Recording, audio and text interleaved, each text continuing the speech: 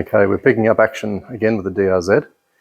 So where we got to last time was we had valve clearance check, and there was the intake cam which was running tight in its journals. So I'll just flip you around and show you where we're up to.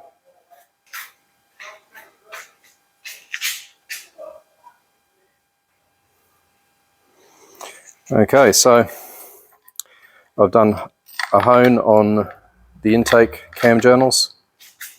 So I can show you with this, about this chain getting caught. And again, we are buttery smooth. Had to take 2.5 thou off this one, and now it's now we both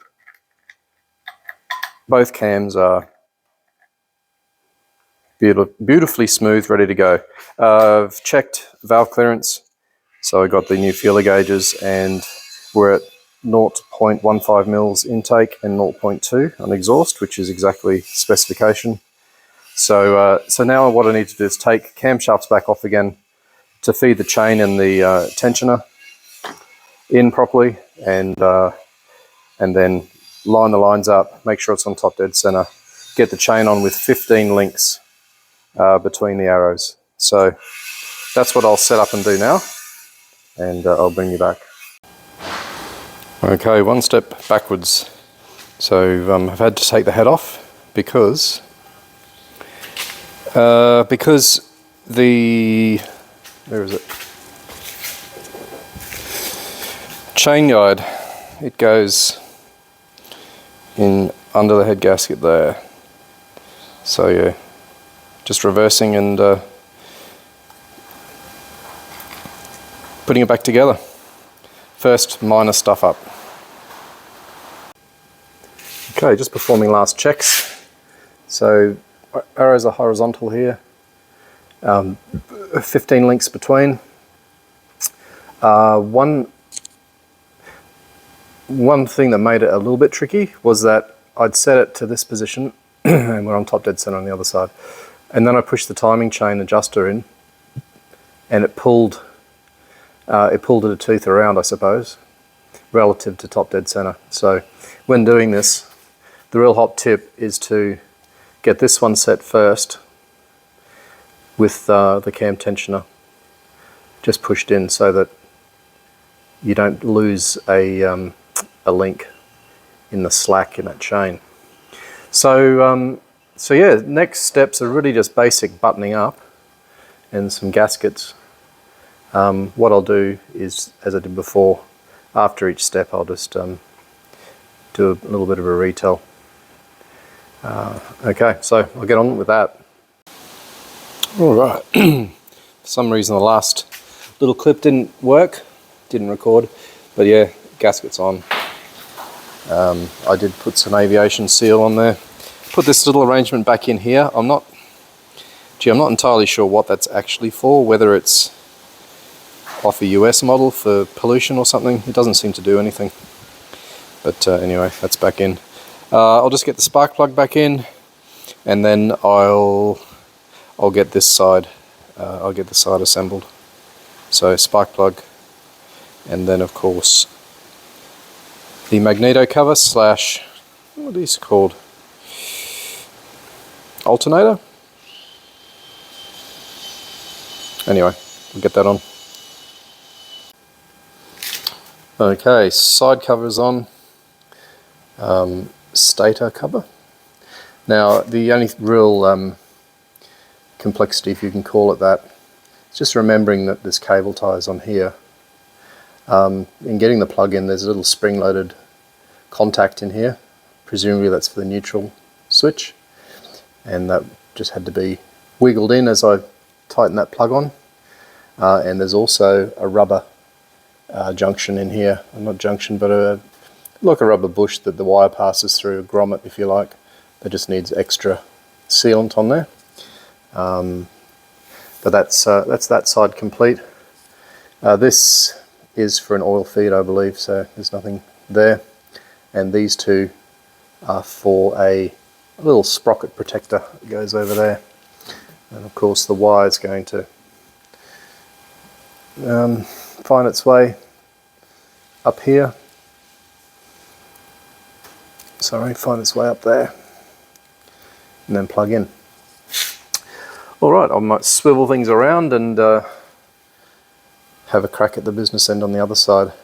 Actually, no, I'll get the starter motor in. So starter motor, there's a sprocket that sits in here. You can see I've lubed up the bush in there. Starter motor goes in on that side and meshes with the sprocket there. In fact, I'll go get it now just for a look. Okay, so this is the sprocket that meshes in here. I think from memory, it goes in there after the starter motor's in there. And it looks like it goes like that, with the witness marks of boot on the side there. Looks like I could do with a bit of a clean up, so I might just quickly do that before I reinstate that. But yeah, I'll start a motor on first and then I'll negotiate that getting in there. Alright, and there's a little, oh yeah, that was close. Almost dropped on the floor, landed on my foot instead.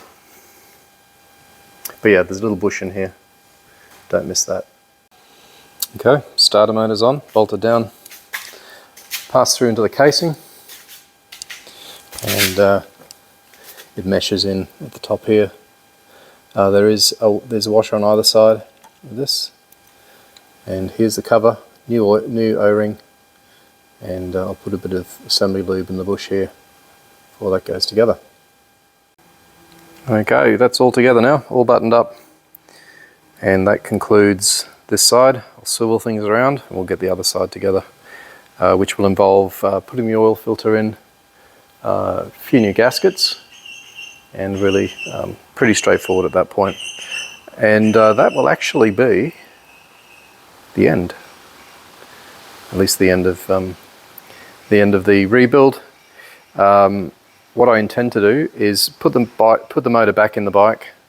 You've seen the video of me taking it out of the bike, so there's no point you seeing the reverse exercise.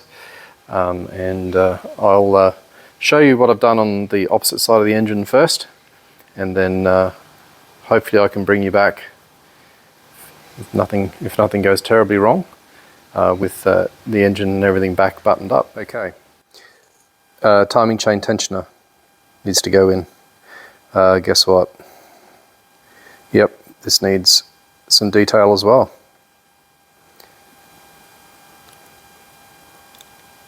Let's do it. Okay, so this side of the engine is now done. It was a little tricky. There's 16 different length bolts. Got to a point where I had 2 that were too long. It turns out I secured the starter motor with the shorter ones that I needed, so swapped them around. Just wanted to quickly show you oil filter housing. So this is oil filter housing here. One little neat trick for servicing these is it comes with this drain plug, if you like. You can see it's connected via a channel to the oil filter housing, so you can actually drain the oil filter housing out before you take this out to avoid a bit of a mess. So I think that's pretty neat. That's pretty much what I'm got going here. So I'm just going to whack the oil filter in. There's a new O-ring, 3 sort of, what do you call them?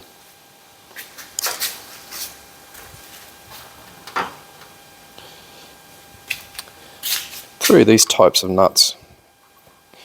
Goodness me, having a mental block. Anywho, and a cover, oil filter and cover, and then that's pretty much it then. I have the oil. I don't know. That's the oil drain there. That's the oil drain. I think that takes an oil line.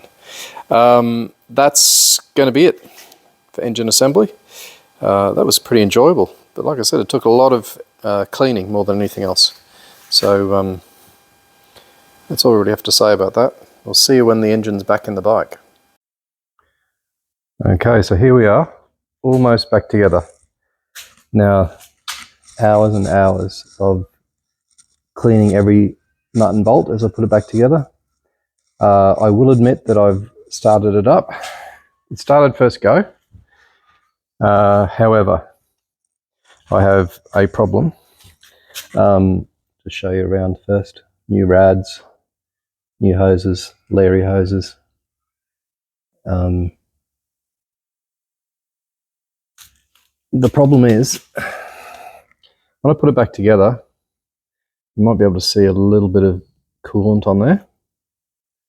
There's a leak, this gasket here, between the housing, the thermostat, if that's a thermostat in there. Between the housing and the head is a leak.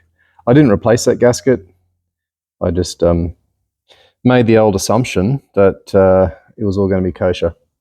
It's not. So I'm waiting for it to just cool down, and then I'll whip off this rad, and that'll let me get in there and change that. The other problem, I've just noticed I haven't done that up. The other problem is it doesn't idle. So it runs on choke, no problems at all. That indicates the pilot circuit is blocked. So unfortunately, carb's going to have to come off. Getting this on was a major drama. Getting it onto the carburetor was the trouble. It wasn't too hard getting onto the airbox here. Yeah, so it's not running as such. It is running. By the way, it sounds, the mechanical sound coming out of it is absolutely minimum. It runs like a sewing machine. Beautiful. So I'm really happy about that. Yeah, just the teething problem of the carb. So there must have been some crap in the bowl, and in the process of getting the carb off, I have had it upside down, and I presume the crud and the carb ended up in the pilot circuit.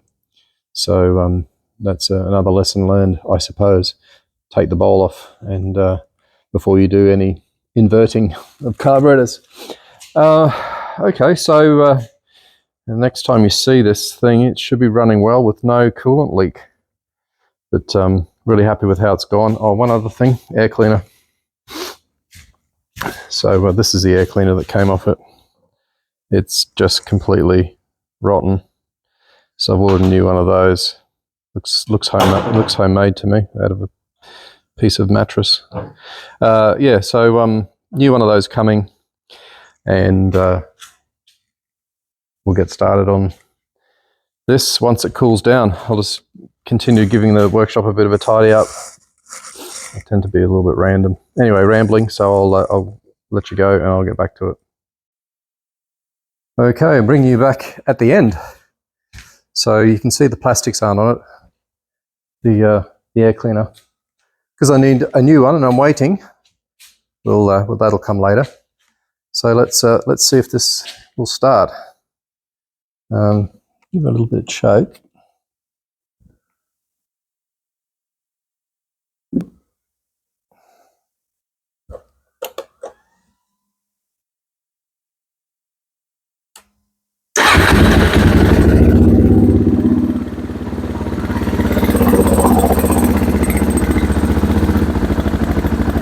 Okay, so that's now idling very nicely.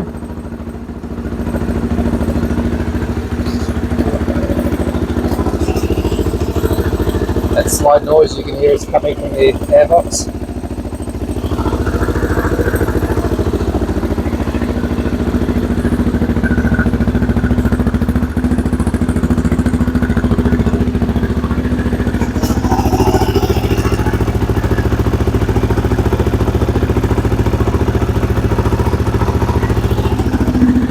But I fixed the coolant leak. It was that gasket.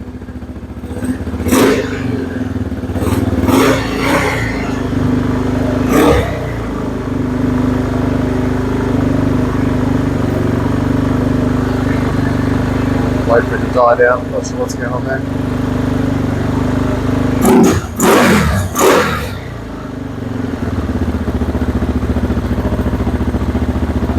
Okay. Really happy with how that's turned out.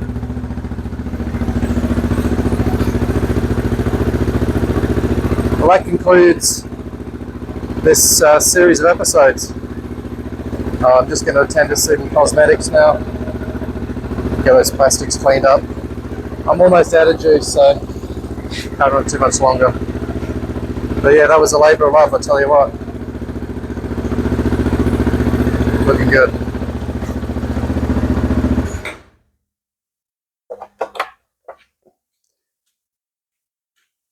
So thanks for watching. See you next time. Hey folks, I'm back. Yeah, I realised I neglected to tell you how much all of that exercise cost. So I've got a list here, which I'll go through. So first of all, the complete gasket set, which wasn't a complete gasket set, it was $160. I had to buy a head gasket in addition to that, which was $120.